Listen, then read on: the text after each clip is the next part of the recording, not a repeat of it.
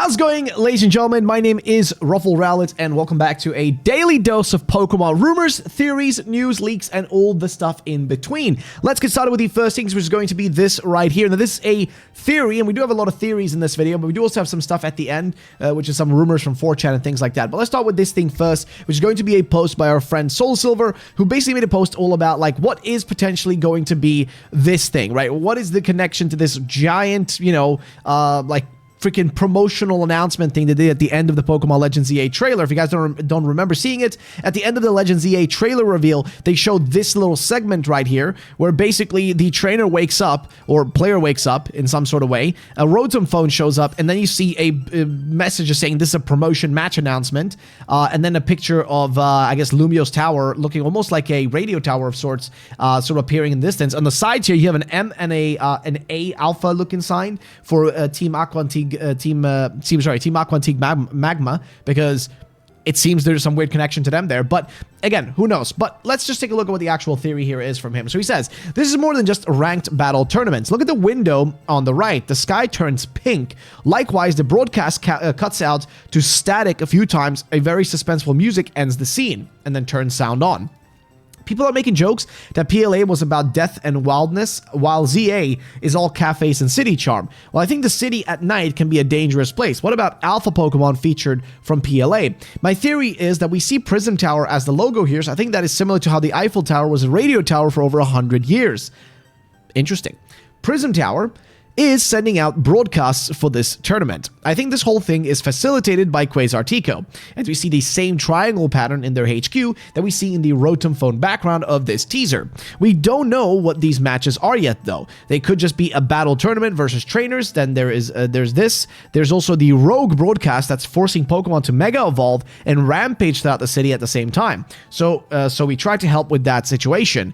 This game's alpha Pokemon, which is true, because remember, he says here, like, a broadcast that's maybe forcing Pokemon to, like, start going, like, rampaging. Now, the Rogue broadcast is interesting, because Rogue is a rumored thing that was actually mentioned by, or leaked by, or riddled by, if you want to call it that, by Riddler Khu. Now, I know some of you guys don't trust Riddler Khu, but he was actually right about all the stuff for Legends EA. He already knew about the stuff already, like, last year. Information that he riddled last year actually came out to be true now for this new trailer. So it's not like he's talking totally out of his bum. He's actually had a lot of legitimate info. It's just, I get it, there's some, doubts when it comes to him in general. People have a lot of doubts because he wasn't correct about some stuff, and then some stuff, like, it's like, it's not always people are, like, 100% with him. So I'm aware of that. But I will say, there's always a possibility. Like, there's always a chance that some of the stuff Riddler Khu has actually said could genuinely be real. So just keep that in mind. But either way, back to the point, though, they're talking about a Rogue broadcast, which in itself sounds a little bit like Goldenrod City. If you guys remember when Team Rocket took over the radio station,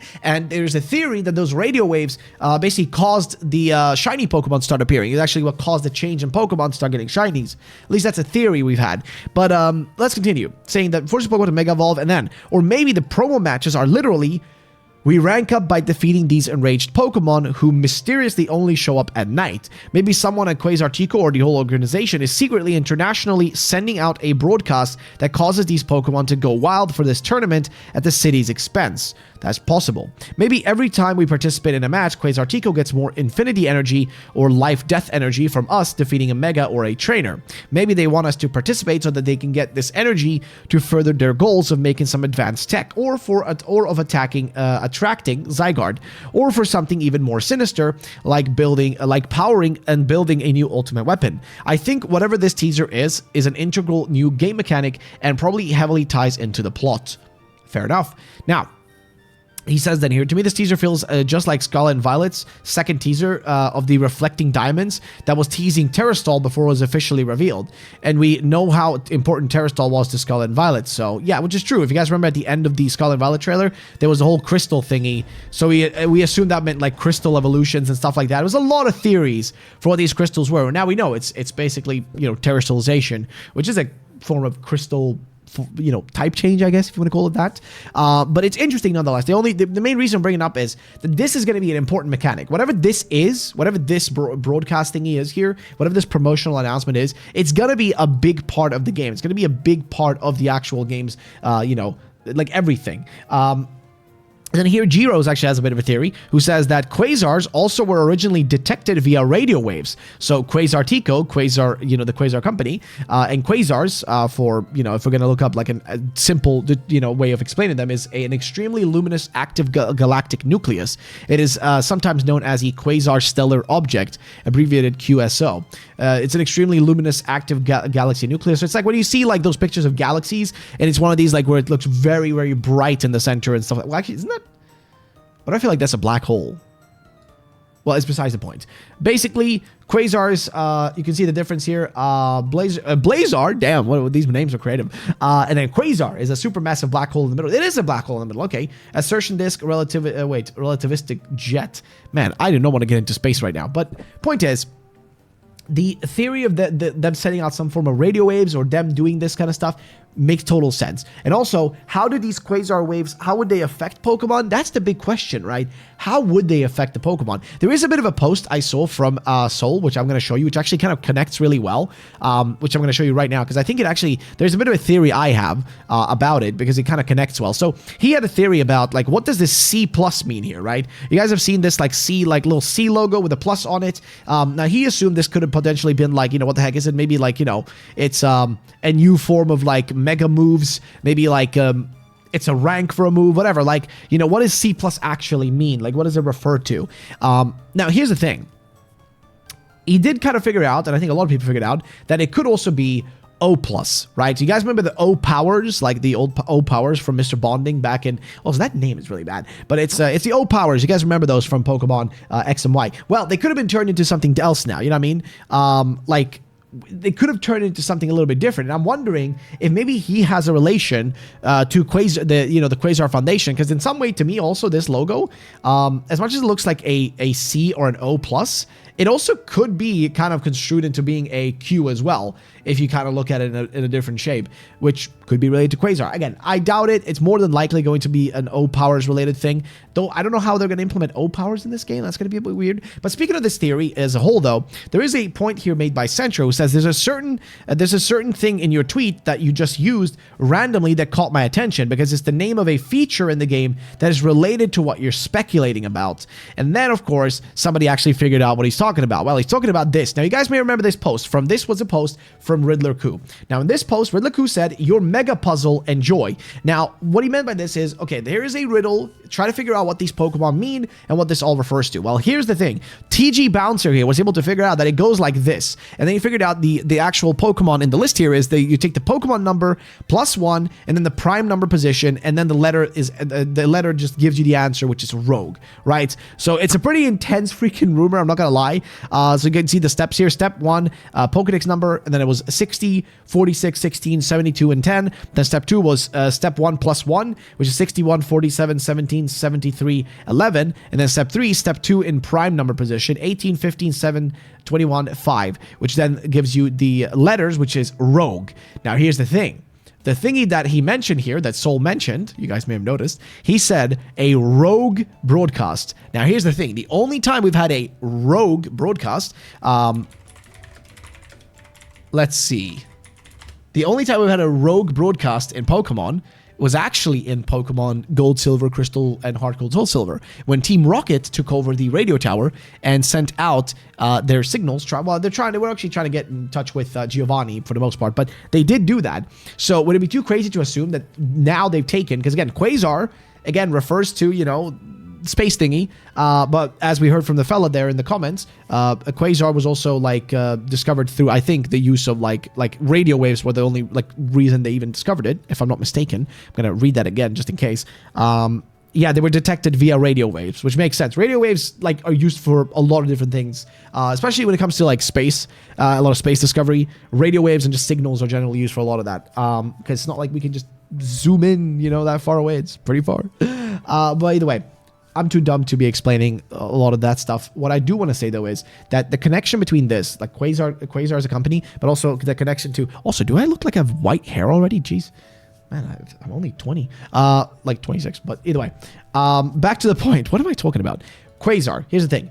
There is a chance that Quasar are the ones causing some sort of new form of Mega Evolution or some sort of change in Megas that's happening, or causing new Pokemon to Mega Evolve, right? By using radio, like the radio waves that they're like, you know, transmitting through the use of Prism Tower. They're using Prism Tower as a literal like beacon, right, to send out these signals, which in return make certain Pokemon react to it, which is exactly what Soul was saying, and it fits perfectly. It makes total sense because that's the same way, again, that like we had with Pokemon Gold, Silver, and Crystal with shiny Pokemon. They were they're rumored to have been, and it's the theory that they have been, you know, caused by radio waves, right? They were caused by the radio waves from and the stuff that they were doing in Goldenrod, but also like I forget the name of the city again now, but like, you know, the stuff they were doing, like the reason the Lake of Rage, for example, has the shiny, you know, Gyarados is like the same principle, which I think is interesting. It's an interesting theory, to say the least. So again, I'd love you know your guys' thoughts on this, and let's move on to the next rumor,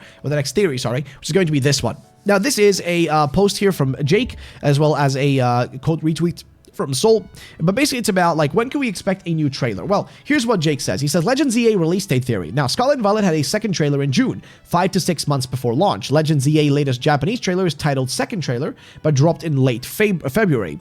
Could this hint at a similar 5 to 6 month marketing timeline, a potential August and September release date, which would make a lot of sense. That is a good time to release the games. But again, they did say late, and then there was also the whole thing about the Japanese trailer saying fall rather than late, end of the year, like release date. So that's a little bit, you know, a little iffy to say the least, which you know, like, who knows. But he does also say the answer is no, but I think it's fun to think about. I do think the typical November slot before Black Friday is unlikely, because I suspect Nintendo's going to have different first-party Switch 2 games. They want to focus marketing efforts around that time, which is true. I think it's going to be way more busy with that. The Switch 2 is coming out. They're going to want to make sure as many people as possible buy the Switch 2, which means you got to promote new games that are Switch 2 games, because it's going to, like, your goal is to get people to start buying Switch 2 games, not Switch games. Not because the value of Switch games is going to go down, because they do not. They still keep their prices high. But it's more about the fact that when you now have the Switch 2, you want to make sure you give people an incentive to get a Switch 2, and that there's enough games out there for them to buy. You got to give them a reason to buy a Switch 2. If they're just going to buy it for no reason, some people will. I, for example, will, because I know I'll need it down the line for Pokemon. But like a regular average Joe is not going to buy it unless there's a reason to buy it, unless there's an actual reason for it. So keep that in mind. But here's what we see from Soul. He says, between this and getting to the official date and the Japanese translation of releasing fall 2025, I'm all but convinced that Pokemon Legends EA will release around September, which is a good time, because then you can have still like one more like reveal trailer of sorts, like some kind of trailer. You can still have one around, you know, August, which is when Pokemon, you have like the Pokemon World Championship and stuff. So that would still fit really well. I had a long wondered if this latest ZA trailer would be the official second trailer or not, because this was the first trailer that would imply something different. Instead, it applies what Jake is pointing out below. ZA's promo cycle might be further along than what it seems, which is fair too. Except now we finally saw gameplay, unlike Scarlet and Violet, where we actually saw stuff way before. But it is what it is. Next up, though, we have a post here from Centro. This is actually a bit of a fun fact, apparently. The French website exclusively has a screenshot where the camera shows a little bit more of the city compared to the rest of the trailers. We can see here just a bit more of the canal and how the parks are integrated into the city now, which you can open up the picture. We can look at the bottom left here. Don't know if my camera is showing it, but if you guys see in the bottom left, the water, it literally looks just like the river in Paris. Just, yep. I mean, you know, like this side here, I mean, I don't know. That's maybe a beachfront, but yeah, just, you know, just water. I don't know. Would it even be a beachfront? I guess they tried to clean up the river in Paris, but that didn't really work out. It was kind of a waste of money because it's kind of impossible to do. But hey, it, you know, it looks better in game. We'll say that. But yeah, we do see the river here.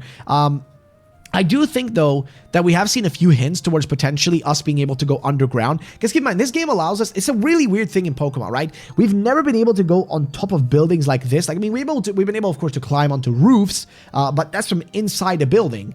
We've never been able to just, from the outside, climb on top of the roof and run around across the roofs like we're in freaking Assassin's Creed, which makes me then wonder, is that the whole point of the game? Is that it's supposed to be like on three levels, 3 dimensions of sort, right? The roofs the regular, like, you know, like ground floor and then underground, because that would make so much sense. That would make so freaking much sense, man, if they did do that. So I'm curious to see what they do with that. But either way, moving on, there's a bit of a theory about Pokemon Horizons and connections it could have to the games, I'm guessing, in this case, which is this insane bit of lore from Pokemon Horizons. Like the pink crystal sundial in Kalos, Rakurium, the pink immortality and strength inducing crystal, does not originate from this planet. Does it also come from space? Are they all the same meteorite Rayquaza 8 to activate its Mikado or organ? The same crystal that mutated Carbink into Diancie. Also, Zygarde was monitoring Rakurium for over 100 years to see if it would negatively affect the ecosystem, and it was actually Zygarde that set things into motion to put a stop to Rakurium spreading. I could see a similar situation in Legends EA, where Zygarde has been monitoring Rakurium equivalently, the sundial, throughout the centuries, maybe after the War of the Ultimate Weapon, and even through the events of X and Y. And now in ZA, it finally deemed it a threat and wants to stop it, probably due to Quasartico wanting to use it more aggressively. Who knows at this point? Again, I really need to catch up on the anime, because it will give me so much more context, because I haven't really kept up with it, and I don't know the sort of correlation that would exist between Rakurium in this case and how that would connect to like really anything in ZA. I think more of the stuff that's happening there, I mean, at least in the current season, would make more sense to ZA, but there is some elements that we know from like the leaks that happened with the Terra leak that would more connect it to like Generation 10, and like some of the references make more sense to that, or connections make more sense to that, but who knows. Either way, moving on to the next thing, we just have a bit of a cool piece of art, because you guys may have seen it already, but in the trailer, we saw Looker's office, Looker's detective little bureau, or whatever, and we already know that Emma was going to be taken over the bureau after he just, you know, at the end of X and Y, right? Like at the end of that whole like side quest, he was going to be stepping down and giving like the mantle to her, and we do see her coat seemingly there. So it seems like she's continued the journey, and this is like really awesome artwork here by Rhyme with Ray. Made some really great artwork. Just check it out if you want to. Now let's move on to the next thing, which is going to be this. Now I just wanted to quickly just say this is fake. If you've seen this image, just wanted to confirm with you it's fake. It was drawn by Card NL. He drew it for fun, so just keep that in mind. It's just a fake thing, but I thought I would share it anyways, because I thought it was like pretty cool looking. So there's that. Now moving on to the next thing, it's a 4chan rumor, so let's just go through this one really quickly. It says the following: ZA leaks defenses. Wait, I don't know what he means by ER defenses. Resembles a chef with flames coming out of the bottom of its nose to resemble a mustache. Flames no longer around the neck, but on the inside of its hands. Gold strips, and now gray resembles steam and heating up. AZ picks the third starter because he feels sad for it. Okay, that would make sense. Meganium is so cool that I want it to be a surprise. When I saw it for the first time, I was sad I didn't pick it. You obtain one of the Kalos starters from Dexio and Cena before talking to Sycamore. Wait, really? Okay, sure. He later gives you a Mega Stone for the one you choose. No abilities, but Mega Boost moves more. No damage, but things like move size and cast speed, plus 40 speed, plus 30 special defense, and plus 30 special attack. Her stick becomes way longer, and she sits on it and hovers with a fire looking like the end of a classic broomstick. The hair from her ears is overgrown and resembles a witch hat. 17 new megas, including other starters and Zygarde. So wait, 17 megas. So that would be 17 megas plus 6 starters plus Zygarde and Zeraora. That'd be 25 in total. Mega Zeraora must be event because I didn't see it in my playtime. Only changes from the playstyle in the trailer. Our moves are cooldown based and not PP. Pokemon are catchable after they faint. That's all I want to share. Enjoy ZA. They are actually good. That's just, again, a rumor. I'd love to know your guys' thoughts and opinions on it. And then the last thing we'll take a look at is going to be this post right here. Now, this one just shows these characters. And then somebody just had I don't know if it's a theory or it's supposed to be a leak, but they say this: the Starter Evolution's confirmed. It says Kalosian, so Kalos Meganium, based on a Sothis from Fire Emblem. Kalosian Embor, based on Magnius from Tales of Symphonia. And Kalosian for Alligator, based on Seymour Guado from Final Fantasy. I don't know if they're going to base it on these characters, my friend. I'm going to be real with you. I mean, maybe sometimes they do make references to other stuff and they try to make connections. I mean, for example, in Pokemon X and Y, the starters are based on like the concept of, I think it's like the tank, the healer, the tank, the mage, and like the the warrior, the rogue, something like that. I don't remember the exact ones, but it's kind of that sort of connection. So yeah, again, your thoughts and opinions we appreciate on these guys. And that's going to be pretty much it for today's video. Thank you all for watching, and I'll be seeing you guys again for a more interesting video tomorrow. Tomorrow we might be doing a video where we're going to go through everything that's come out so far for Legends EA, like every little detail, every single thing, starting from the beginning, and I thought that would be fun to do. So we'll see you then tomorrow for that, and peace out for now.